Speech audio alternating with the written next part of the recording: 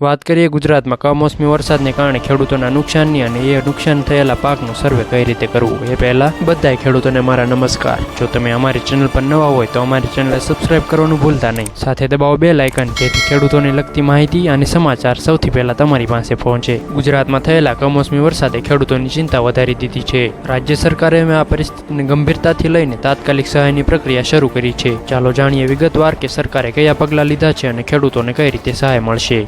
મુખ્યમંત્રી ભૂપેન્દ્ર પટેલની અધ્યક્ષતામાં મળેલી કેબિનેટ બેઠકમાં એક મહત્વપૂર્ણ નિર્ણય લેવાયો। અસરગ્રસ્ત વિસ્તારોમાં પાક નુકસાનીનો ઝડપી સર્વે કરવા માટે મંજૂરી આપવામાં આવી છે। સરકારે એ કહ્યું કે ખેડૂતોને રાહ જોવી ન પડે તેથી માત્ર 7 દિવસમાં સર્વે પૂર્ણ કરવામાં આવશે।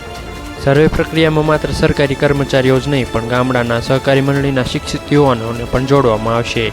આ નિર્ણયનો હેતુ પારદર્શિતા જાળવવાનો અને એક પણ ખેડૂત સહાયથી વંચિત ન રહી જાય એની ખાતરી કરવાનો છે। ટેકનોલોજીનો મહત્તમ ઉપયોગ કરીને સર્વે પ્રક્રિયા હાથ ધરાશે। ડ્રોન, સેટેલાઇટ ઇમેજરી અને કૃષિ પ્રગતિ એપ દ્વારા નુકસાનનું મૂલ્યાંકન થશે। ખેડૂતો પોતે પણ આ એપ મારફતે સર્વે કરી શકે છે। ફક્ત ખેતરના ફોટા જીઓ ટેગિંગ સાથે અપલોડ કરવા પડશે। પ્રાથમિક અંદાજ મુજબ રાજ્યના 33 જિલ્લાઓના 239 તાલુકાઓમાં પાકને નુકસાન થયું છે।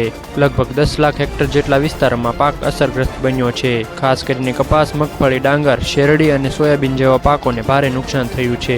સરકારે ખેડૂતોને એ ધારણા આપી છે કે કોઈ પણ ખેડૂત સહાય વિના નહીં રહે। સર્વે રિપોર્ટના આધારે ટૂંક જ સમયમાં રાહત પેકેજની સત્તાવાર જાહેરાત થશે। સરકાર NDRF અને SDRFના નિયમો ઉપરાંત અતિરિક્ત સહાય અંગે પણ વિચારણા કરી રહી છે। જો તમે અસરગ્રસ્ત ખેડૂત હો તો તમે કૃષિ પ્રગતિ એપ દ્વારા પોતે જ સર્વે કરી શકો છો। કઈ રીતે જાતે સર્વે કરવું તેની જાણકારી માટે કોમેન્ટમાં લખો જાતે સર્વેની જાણકારી, જેથી કઈ રીતે જાતે સર્વે કરવું તેની જાણકારી અમે તમને મોકલી આપીશું। આવી જ મહત્વપૂર્ણ માહિતી માટે ગામથી ગ્લોબલ ન્યૂઝ ચેનલને સબસ્ક્રાઇબ કરવાનું ભૂલતા નહીં। જય જવાન, જય કિસાન।